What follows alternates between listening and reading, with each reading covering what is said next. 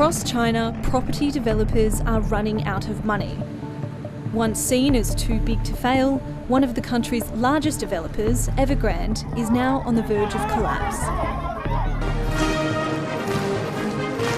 Last year, President Xi Jinping announced an end to the risky lending practices that Evergrande modelled its business around. What Xi's trying to do is he's trying to rein in property prices, and he's trying to do it as quickly as possible. Now, Evergrande can't pay its bills.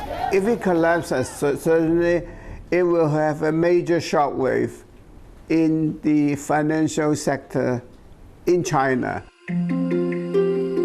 For decades, the company was propped up by growing urbanisation as people from small rural villages bought into the city dream.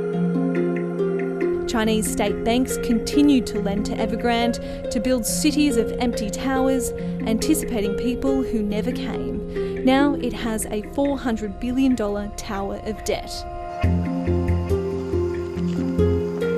Property prices ballooned and the Chinese government saw growing inequality, prompting President Xi to announce a tightening of regulations on lending.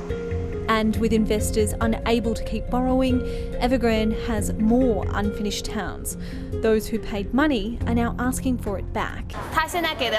They've offered to give us property or commercial real estate as collateral, but these are junk properties they can't sell, so we won't be able to sell them either.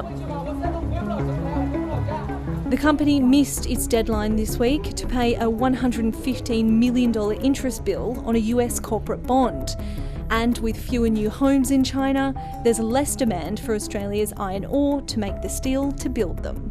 People fear that any shockwave in the financial sector in China could affect global financial markets. But analysts remain divided on whether the Chinese government will bail Evergrande out. The economic analysts are arguing that ultimately there's no other choice for the Chinese leadership but to try to protect the model as it is because property is so important. The political analysts are arguing that if you look at what's happened over the summer, things really are different.